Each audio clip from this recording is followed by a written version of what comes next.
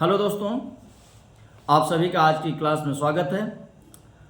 आज हम लोग लगातार चल रही ऑनलाइन क्लास में संवैधानिक विकास के अंतर्गत आज अगस्त प्रस्ताव का हम लोग अध्ययन करेंगे। इससे जुड़े हुए विभिन्न तथ्य जो हैं उन पर फोकस किया जाएगा।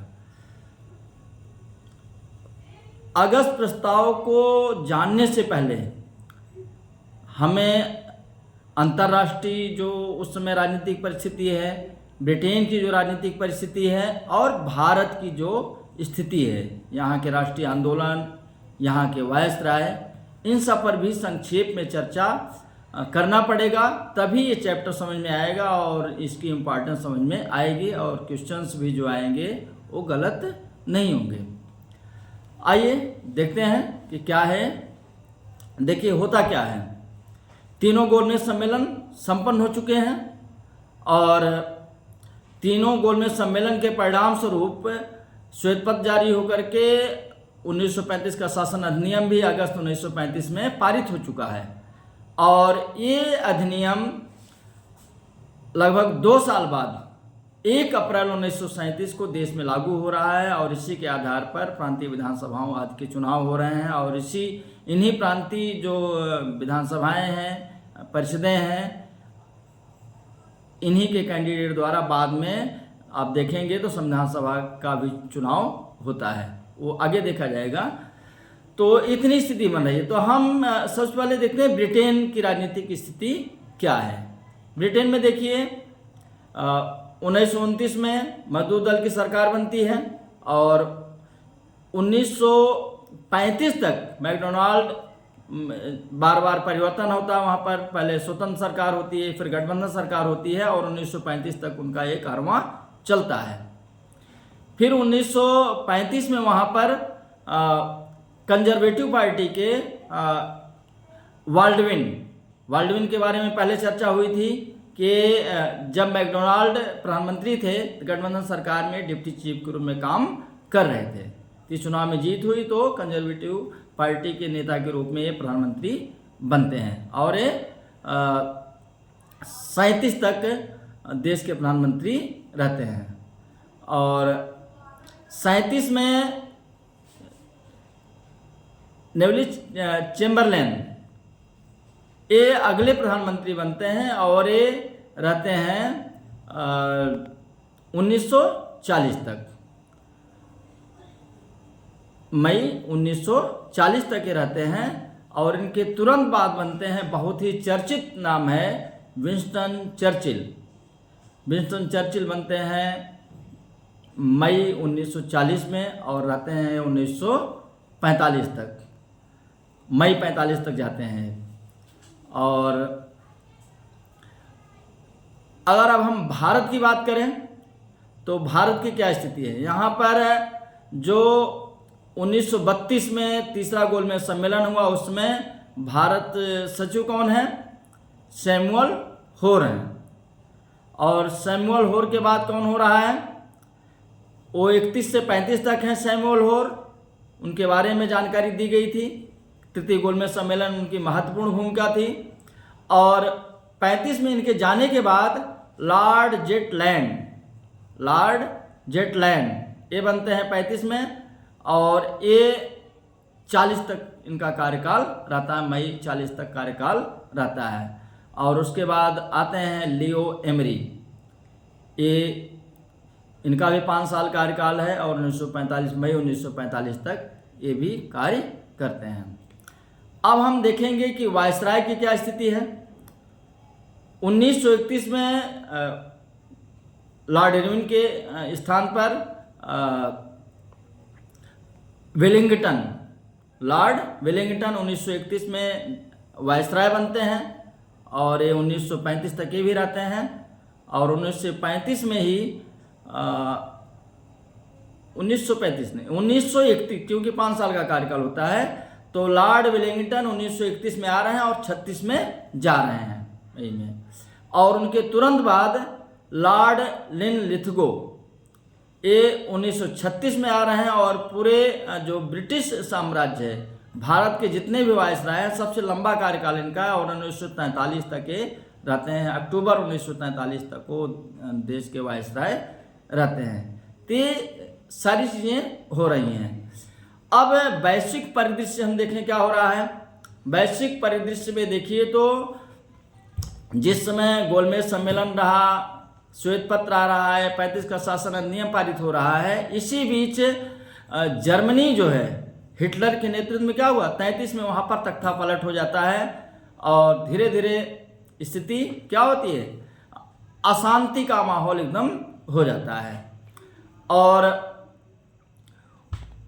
1939 1 सितंबर 1939 को क्या हो रहा है, द्वितीय विश्व युद्ध की घोषणा हो जा रही है, जो जर्मनी ने पोलैंड के ऊपर आक्रमण किया। और विंस्टन चर्चिल के प्रधानमंत्री के जस्ट बनने के जस्ट पहले ये सारी घटनाएं हो रही हैं। और इस समय कौन है प्रधानमंत्री, चेम्बरलेन है। तो बड़ी एकदम स्थिति खराब है उस समय। और इसी बीच विंस्टन चर्चिल देश के प्रधानमंत्री बन रहे हैं अप्रैल 1940। थोड़ा सा डेट पे मैं कंफर्म नहीं हो पा रहा हूँ, 1940 है और जो 5 साल है मई तक जाएंगे। अब इनके समय में क्या हो रहा है, मैं बताया कि इनके पदभार ग्रहण करने से पहले ही जर्मनी ने क्या किया था, लग्जमबर्ग, हॉलैंड, नॉर्वे, स्कॉटलैंड जैसे देशों को उसने क्या किया था, पर कब्जा कर लिया था।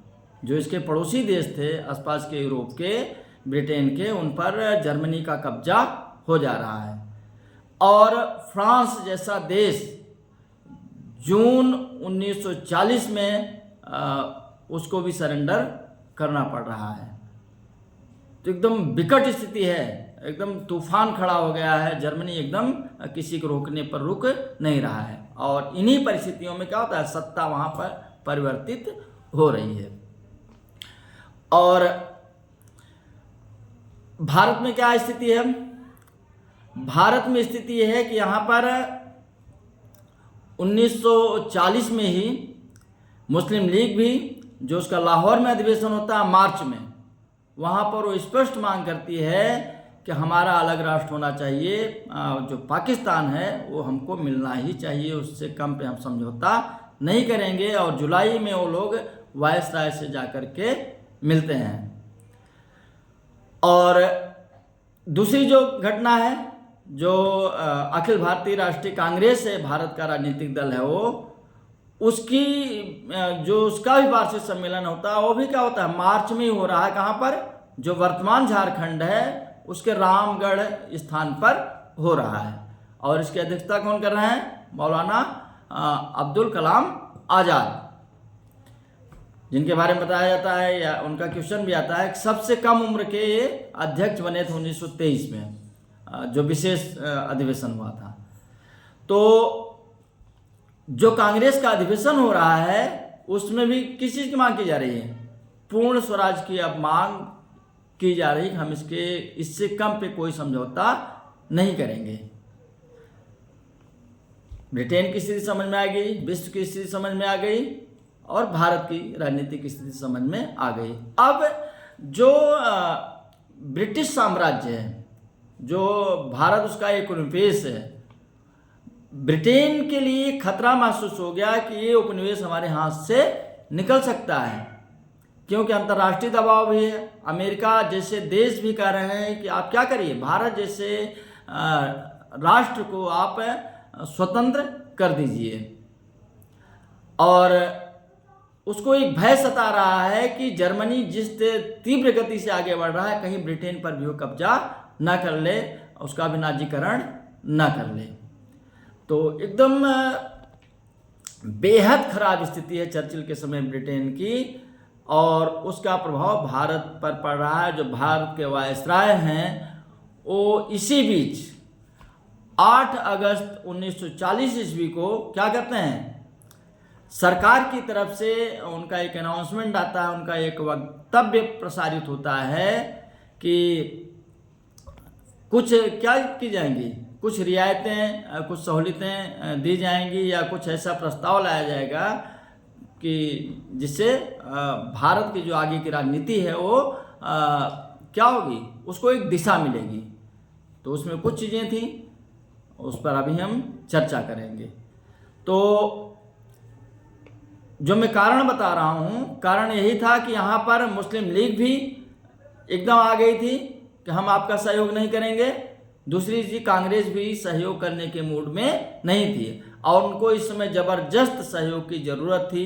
वहाँ पर सैनिकों की जरूरत थी, अन्य संसाधनों की जरूरत थी। इसलिए वो चाह रहे थे कि इस विषम परिस्थिति में कांग्रेस भी उनके साथ खड़ी नजर आए और मुस्लिम लीग भी खड़ी नजर आए। तो अब देखिए प्रावधान क्या क्या कर रहे हैं लोग। अब हमें देखना है कि जो 8 अगस्त 1940 को अगस्त प्रस्ताव आ रहा है, उसके मुख्य बिंदु क्या थे, क्या क्या उसमें प्रावधान किए गए थे कि जिससे भारत के लोगों को संतुष्ट किया जा सके और द्वितीय विश्व युद्ध में भारत भी क्या हो, भाग ले, अपने सैनिकों को भेज दे। सबसे पहला तो यह था कि उन्होंने कहा कि जैसे ही युद्ध समाप्त होगा संविधान सभा का गठन किया जाएगा। कोई डेट वेट नहीं बताई जा रही है क्योंकि अभी उसको पता ही नहीं है कि युद्ध कब समाप्त हो, लेकिन उन्होंने एक लालच दे दिया कि अगर आप लोग साथ देते हैं तो जैसे ही युद्ध समाप्त होगा संविधान सभा गठित की जाएगी। दूसरी चीज़ ये कही गई कि जो यहाँ जो भी वर्ग हैं, अल्पसंख्यक वर्ग के लोगों को मैं ये विश्वास दिलाता हूँ कि कोई भी कार्य होगा या सत्ता का हस्तांतरण होगा तो आपकी सहमति से ही होगा। अगर आप सहमत नहीं होंगे तो ऐसा कुछ भी नहीं किया जाएगा। और एक था कि जो वायसराय की कार्यकारिणी थी उसका विस्तार होना था और युद्ध परामर्शदात्री जो परिषद थी उसका गठन किया जाना था। तो जितनी भी पॉइंट इसमें आए हैं ये केवल था कि मुस्लिम लीग भी हमारे साथ खड़ी रहे और कांग्रेस भी हमारे साथ खड़ी रहे, जिससे इस समय में युद्ध का मुकाबला हम कर सकें। और कोई उसका समय उन्होंने नहीं दिया कि कब दिया जाए, कैसे दिया जाएगा, और इस ढंग से ढुलमुल रवैया अपनाया गया। और यही इतनी चीज़ें अगस्त प्रस्ताव में आती हैं और इस ढंग से रणनीति को भारत के लोगों को प्रभावित करने की कोशिश कर रहे हैं। इतना हमारी तरफ से मिल रहा है, आप भी अपनी तरफ से खोजने का प्रयास करेंगे। Thank you.